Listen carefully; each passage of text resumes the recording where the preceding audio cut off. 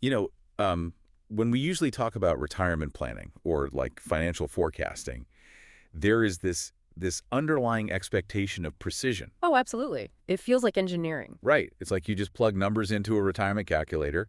You assume a certain percentage of market growth. You factor in an inflation rate. Exactly. And at the end of the calculation, the spreadsheet just gives you a number. It points to your future and says, there it is. Like it's a guarantee. Yeah, if you do X, Y, and Z, that's what you will have. And it feels incredibly secure. Well, it's comforting because it's binary, you know? We inherently like things to be predictable. Especially when it comes to our survival in old age. Exactly. We like to believe that financial outcomes are strictly the result of a universally applied mathematical formula.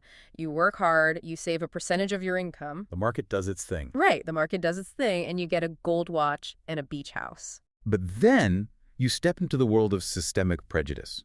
You look at historical policy and you look at the daily realities of race in the American workplace, and suddenly that spreadsheet is completely broken. Oh, shattered. Yeah, we are looking at a financial landscape that completely defies that clean, comforting math. It really does. We are looking at a system where two people can plug the exact same inputs into the calculator, but because of forces completely outside their control, they get radically different outputs. It is the absolute definition of a structural blind spot. I mean, the math of compound interest isn't wrong. Right, the math is the math. Exactly. But the variables we are forcing people to plug into the equation are deeply, profoundly unequal from the exact moment they are born. So, if you are joining us today, you are the learner. You are here because you want to understand the layers beneath the surface of the world around you. And that is exactly our mission for this deep dive. Right.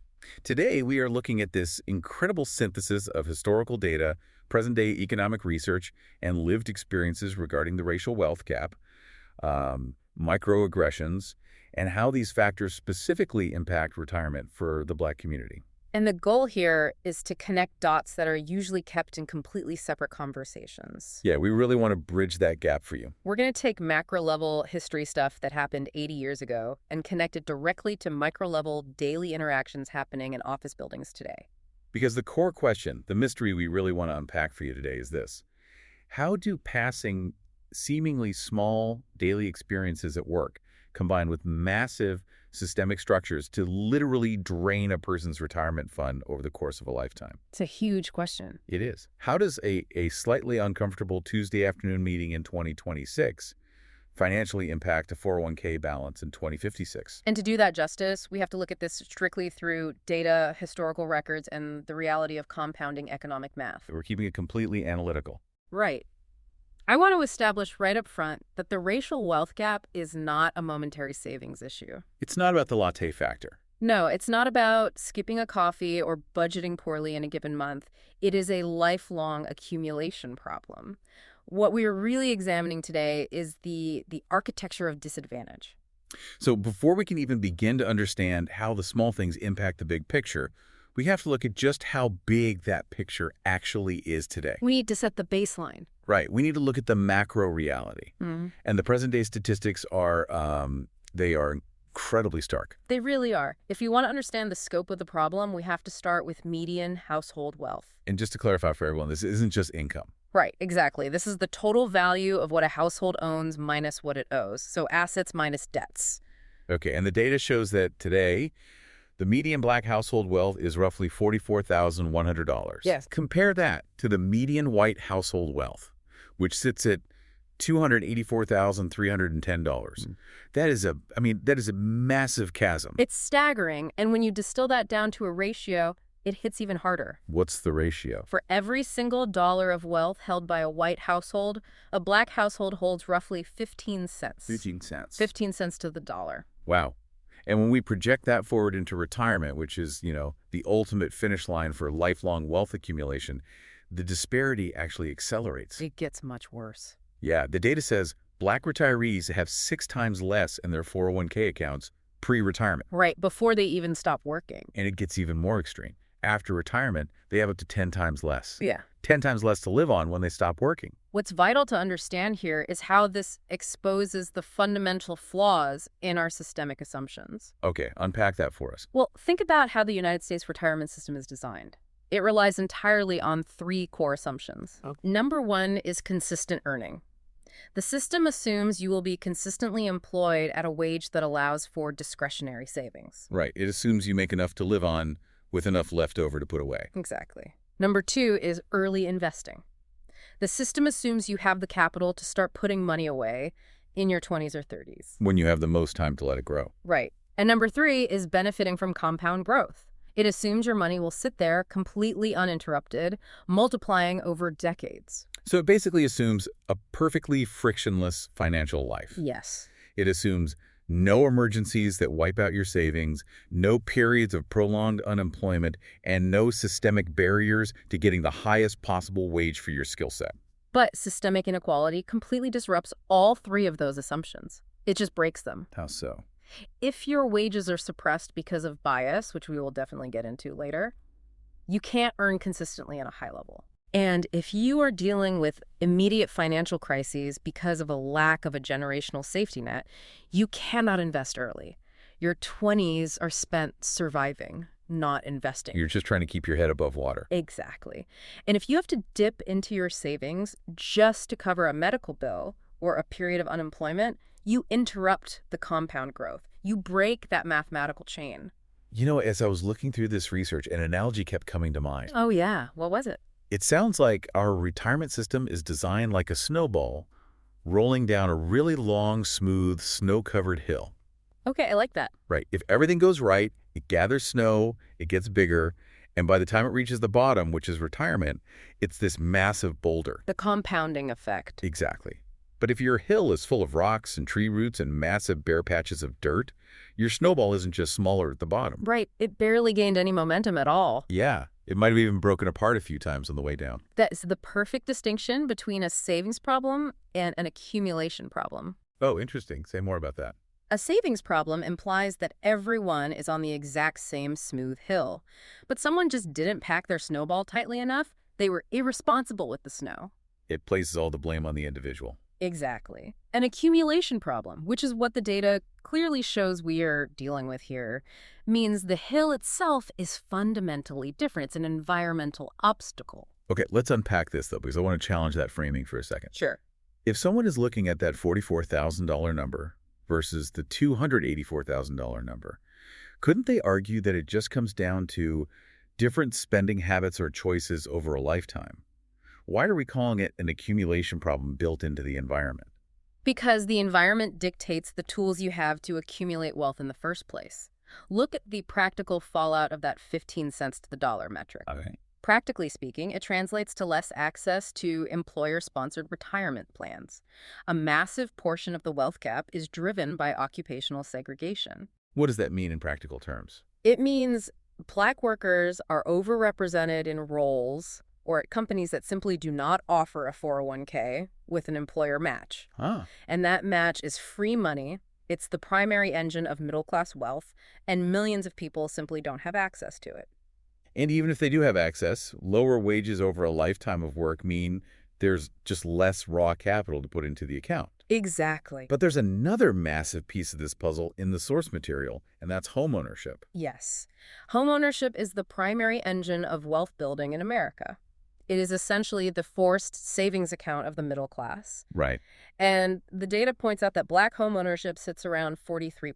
23%. Right. Compare that to 70% or higher for white households. And a house isn't just a roof over your head, right? Yeah. It's equity. It's collateral. It's leverage. Yeah. If you want to start a small business, you take out a loan against the equity in your house. If you want to send your kid to college without them taking on crushing student debt, you refinance the house. Which brings us to the final and perhaps most crucial practical fallout of all this. Intergenerational wealth transfer. Inheritance. The generational handoff. Exactly. If you don't own the home, you don't pass the home down. The next generation starts their snowball at the very top of a bare hill all over again. Instead of starting halfway down with a snowball that's already the size of a car. Right. When a white family passes down a house, or even just, say, $50,000 from an estate, the children use that for a down payment on their own home. They get a head start. They skip the hardest part of wealth building entirely, which is the initial accumulation phase. Black families are statistically far less likely to receive that intergenerational boost. So to understand why the snowball couldn't gather momentum, we really have to look at the top of the hill. We do. We have to look at the historical anchors. Because this wealth gap didn't just magically appear overnight due to bad luck or collective individual choices. Not at all. It was engineered. It was literally legislated into existence. We have to recognize that wealth in America is largely a matter of historical momentum. You don't build wealth in a vacuum. You build it on top of what the previous generation secured. Right. And the historical record points to 3 specific policies that rigged the math very, very early on. Let's actually dig into the mechanics of those policies. Right. Because I think a lot of people hear words like redlining and just think of it as a vague, bad thing from the past, without really understanding how it literally drained bank accounts. That's a crucial point. Redlining wasn't just a cultural attitude. It was a formal federal program. Okay, break that down for us. In the 1930s, the government created the Homeowners Loan Corporation to stabilize the housing market during the Depression. Right. They created color-coded maps of every major American city to determine which neighborhoods were safe investments for mortgages. Green meant safe, blue meant still desirable, yellow meant declining, and red meant hazardous. And the criteria for hazardous was explicitly racial, right? Explicitly. Neighborhoods were redlined simply for having Black residents. Banks and the government literally drew red lines on maps around Black neighborhoods, explicitly blocking them from federally backed mortgages. Unbelievable. So think about the mechanics of that.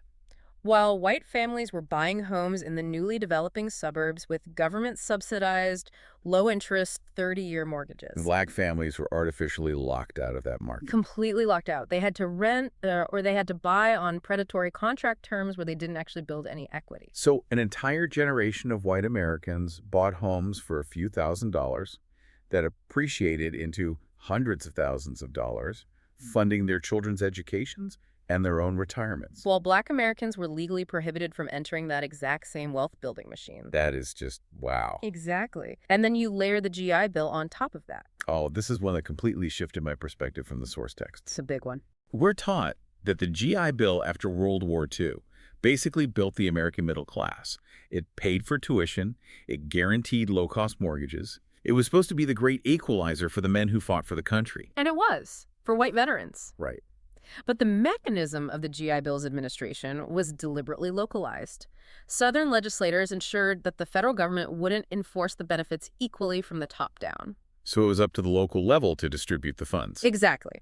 So a Black veteran would go to his local bank or his local Veterans Affairs office to get the mortgage he was promised, and the local official, who was almost always white, would simply deny the application. Just say no. Just deny it. They fought in the same war, bled on the same battlefields, but came home to a radically different economic reality.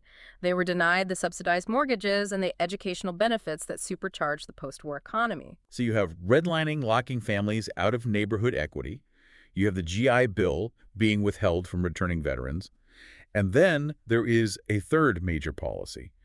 Early 20th century Social Security exclusions. Right. When Social Security was created in 1935 as part of the New Deal, it was a massive shift in how America handled retirement. It was a safety net. It established a baseline safety net, exactly. But to get the legislation passed, there was a political compromise. Southern Democrats demanded that agricultural workers and domestic workers be completely excluded from the program. And let me guess, those two professions just happened to employ a massive percentage of the Black workforce at the time. Nearly 65% of the Black workforce nationwide, and an even higher percentage in the South. 65%? That is wild. So at the exact moment the government was establishing the foundation of American retirement security, a massive portion of Black Americans were systematically written out of the legislation. They paid taxes into a system they could not draw from. This all loops back to the compounding equation we were talking about earlier. Wealth builds on itself. It does. But what these historical anchors show us is that disadvantage compounds just as aggressively. Yes, it really does. In finance, we usually talk about compound interest as a positive. Your money makes money. Right. But if you are locked out of homeownership in the 1940s, you don't have equity to borrow against to start a business in the 1960s. You don't have a paid-off house to pass down in the 1980s. The snowball never forms. Exactly. Your children enter the workforce in the 2000s carrying student debt instead of an inheritance. The friction builds on itself over generations. And that leads to a fact from this research that it just stopped me in my tracks. Which one? Because of these compounded historical lockouts, the wealth gap ratios we see today are actually similar to the wealth gap ratios in the 1960s. It is stunning. Despite the civil rights movement, despite decades of corporate diversity initiatives, despite a growing black middle class and higher rates of educational attainment. The actual ratio of wealth has barely budged. Barely budged. That is the sheer gravitational pull of compounding economic math. It's a brutal equation. Lower income leads to lower savings, which leads to less compounding, resulting in a weaker retirement fund. Which then forces a longer work life or just outright financial insecurity in your final years. And the history guarantees that the present-day math simply cannot work the way the textbook says it should. So we have established the macro reality. We see the giant systemic policies from the 1930s and 40s, but the question becomes, how do we get from a racist housing map 80 years ago to a Tuesday afternoon at the office today? Right, because nobody is sitting in a Cripper boardroom today getting hit with a redlining map. No, the mechanisms have evolved. And this is where we have to pivot to the microeconomy of microaggressions, Mm-hmm. because this is the daily grinding mechanism of the wealth gap today. This is exactly where the structural translates into the interpersonal. Let's define the micro here, because the term gets thrown around a lot, you know. It does, yeah. We are talking about subtle, everyday interactions. Things like being mistaken for someone else in the workplace, usually the only other person of the same race. Right. We were talking about being consistently overlooked or talked over in meetings, or coded bias, like a manager expressing surprise at an employee's competence, or telling a black professional, "Oh, you're so articulate." These are subtle, deeply normalized behaviors. They usually are explicit HR violations that immediately get someone fired. There's no paper trail. Exactly, no paper trail, they're right. But the data frames them as an economic chain reaction. I really need to understand the mechanics of that chain reaction. How does an annoying comment turn into lost dollars? Let's trace it step by step. It starts with the microaggression, which creates immediate psychological stress. Okay.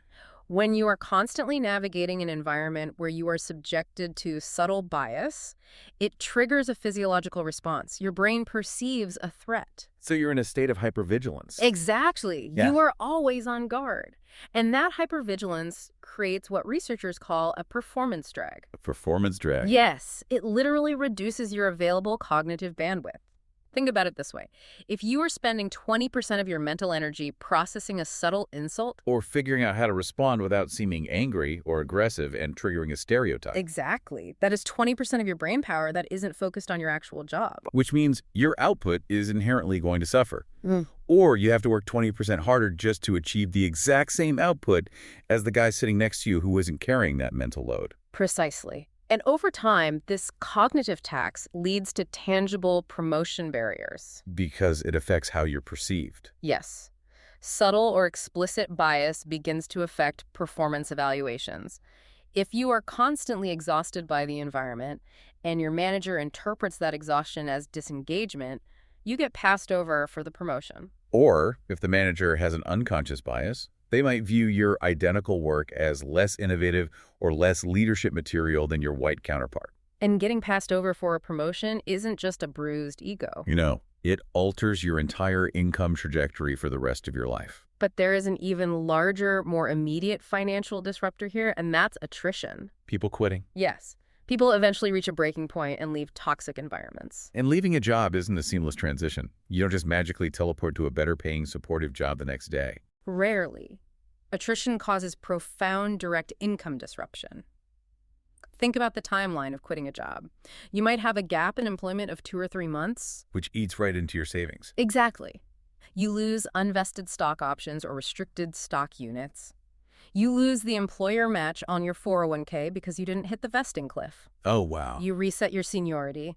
Then you start the new job, and there's often a waiting period before you can even enroll in the new 401k. I really hadn't thought about the vesting schedules. If you were forced out by a toxic culture in year 3 of a 4-year vesting schedule, you were leaving tens of thousands of dollars on the table. Exactly. If a Black professional has to leave 2 or 3 toxic jobs over a 20-year career just to find a psychologically safe working environment, those income disruptions, the lost matches, the unvested equity, the gap months compound massively over time The snowball breaks apart. and has to start rolling all over again. And there's heavy statistical data to back this up in the source text. The research notes that in some economic models, discrimination explains 44 to 52% of wage gaps. That number is huge. Up to 52% of the wage gap isn't about education or experience or what major you chose in college. It is directly explained by discrimination. When we look at that 52%, we have to completely reframe how we view these small interactions. Yeah. We have to stop seeing microaggressions as interpersonal faux pas and start seeing them for what they economically are, mechanisms of wealth extraction. They are literally pulling dollars out of someone's future. They really are. But the extraction doesn't stop at dollars. And this is where the research gets incredibly dark. It does. It goes to actual life expectancy.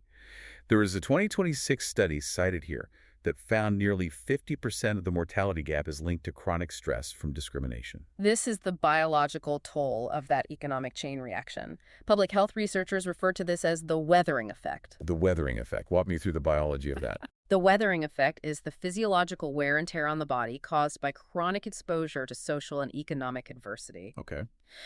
When you are constantly in that state of hypervigilance we talked about earlier, your body continuously pumps out stress hormones like cortisol. So you're constantly in fight or flight mode. Exactly. And over years and decades, elevated cortisol damages your cardiovascular system, it weakens your immune response, and it accelerates cellular aging. So it's not just a feeling, it's physical damage. The grim, undeniable reality is that chronic discrimination literally shortens your life. So if we tie that back to our core mission today, understanding the retirement gap, it means this systemic friction not only hurts your retirement fund by suppressing your wages, it physically reduces the number of years you actually get to exist in retirement. It is the ultimate theft. The system takes your money during your working years, and then the stress of that system takes your time at the end of your life. If the data is this clear, if the economic impact is this massive, explaining half the wage gap, and the biological impact literally shortens lives, why is this constantly dismissed? That is the million-dollar question. Right. Why are microaggressions treated like a fringe issue or just a complaint about political correctness? To understand the dismissal, we have to look at the psychology of the people committing the microaggressions and the nature of the acts themselves. Okay, let's look at the acts first. We dismiss them because they are inherently ambiguous. By definition, they lack a clear smoking gun. Right. If a manager sends an email with an explicit racial slur, there's a policy for that. The HR department knows exactly what to do. But if a manager consistently mispronounces your name after being corrected 10 times, or subtly questions your expertise in front of clients while praising your white colleagues for the exact same input, It's incredibly hard to prove. it's subjective. And because each individual instance seems minor in isolation, society tells the recipient they are overreacting. There's an analogy used in the analysis that I think perfectly captures this feeling for you, the listener. It says dealing with microaggressions is like lifting a ton of feathers, It's a profound way to visualize it. because one feather weighs absolutely nothing. You could hold a single feather in your hand all day and not feel any fatigue. Right. And if you go to HR and complain about the feather, Yeah. people look at you like you're completely irrational. It's just a feather. Why are you complaining? Exactly. But a ton of them, a ton of feathers will crush you just as surely as a ton of bricks. It's the cumulative weight that breaks a person. And this is where we run into the psychological resistance from the people dropping the feathers.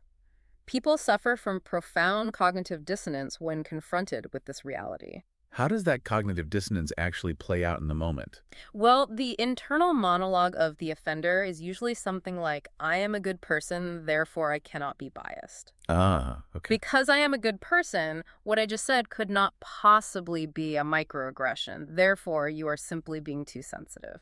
It's a defensive loop. Exactly. Yeah. Accepting the reality of the microaggression forces them to accept that they are participating in and benefiting from a system of harm. And human psychology will do almost anything to avoid that realization. And then you combine that cognitive dissonance with a complete lack of historical context. Meaning, The people dropping the feathers have no idea about the redlining or the GI Bill history we just discussed. Right. And you get an environment of total dismissal. It creates a fundamental disconnect in how we frame these interactions. It is the clash between individual framing and structural framing. What do you mean by that? In corporate America, we focus almost entirely on the intent of the speaker. I didn't mean it that way. I was just trying to give you a compliment. The intent becomes a shield. While completely ignoring the impact on the recipient. Precisely.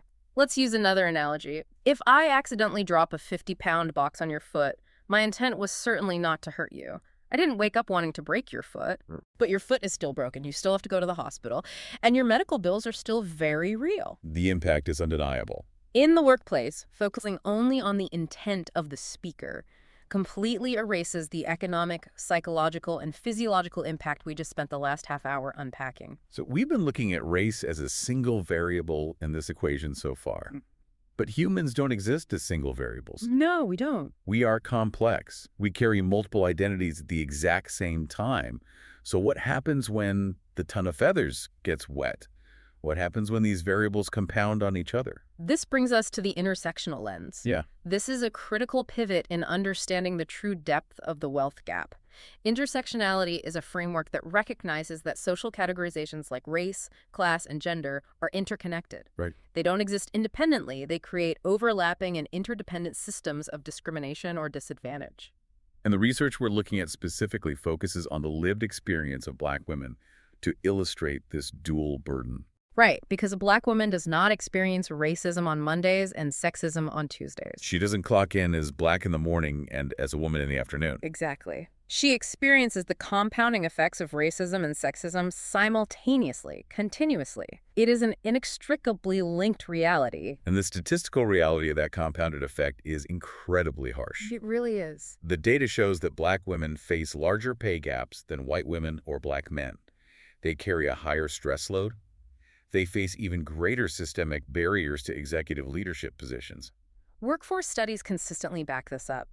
Intersectional groups, people carrying multiple marginalized identities, report significantly lower workplace satisfaction. Which makes sense. They also report much greater exposure to microaggressions. They're getting hit from multiple angles. Give us an example of how that looks. Well, a Black woman might face a microaggression about her competence based on gender, and simultaneously face a microaggression about her tone or professionalism based on race. As I was reading through this section, I noticed a really devastating paradox.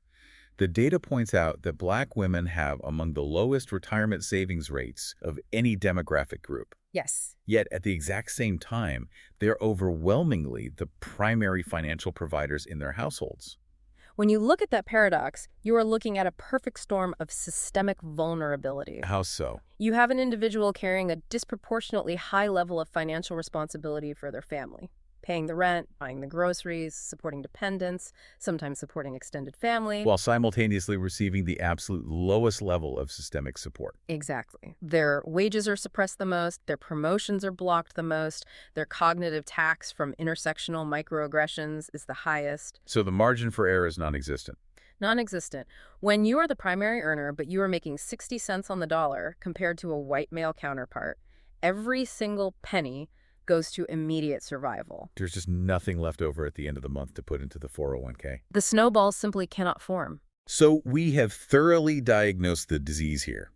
We've gone from the macro policy of the 1930s to the micro interaction in the boardroom today to the intersectional reality of who bears the heaviest burden.